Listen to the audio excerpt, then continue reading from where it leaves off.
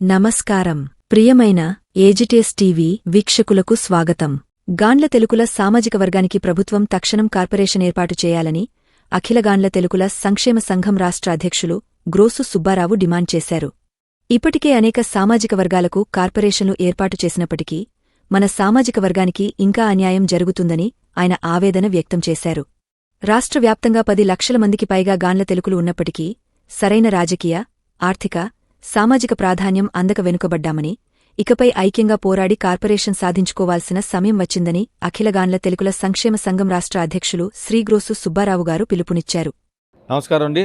నా పేరు గ్రోసు సుబ్బారావు, ఆంధ్రప్రదేశ్ రాష్ట్ర అధ్యక్షుడిని మరియు నెల్లూరు జిల్లా అధ్యక్షుడిని. ముఖ్యంగా ఈరోజు శ్రీకాకుళంలో మేము ఈ కార్యక్రమం నిర్వహించడానికి కారణం, ప్రజల వద్దకు పరిపాలన మా ముఖ్యమంత్రి చంద్రబాబు నాయుడు గారు చెప్పినట్టు మేము కూడా ప్రతి జిల్లాలో ఈసీ మీటింగ్ పెట్టాలని తీర్మానం చేసుకున్నాం. ఈ మొట్టమొదటి ఈ విజయోత్సవం బ్రహ్మాండంగా జరుపుకున్నాం. ఇక్కడ ప్రజలందరూ సహకరించారు, మా కుల బంధువులందరూ చాలా సహకారం ఇచ్చారు. ముఖ్యంగా మేము మా ముఖ్యమంత్రి గారికి విన్నవించుకునేది ఏంటంటే, మాకు మొకటం లేని మహారాజులాగా మాకైనా మా కోరికలు, మా న్యాయపరమైన డిమాండ్స్ చూసి మాకు తక్షణమే చేయాలని కోరుకుంటున్నాం. మేము ఆల్రెడీ మీకు మెమరాండం సమర్పించున్నాం 2 సార్లు. మళ్ళా ఇంకొకసారి మీరు అనుమతిస్తే మీ సమక్షానికి వచ్చి మా న్యాయమైన కోరికలు విన్నవించుకుంటాం. దయచేసి మాకు మా విన్నపాలు విని మాకు చేయవలసిందిగా కోరుతున్నామండి. నమస్కారం.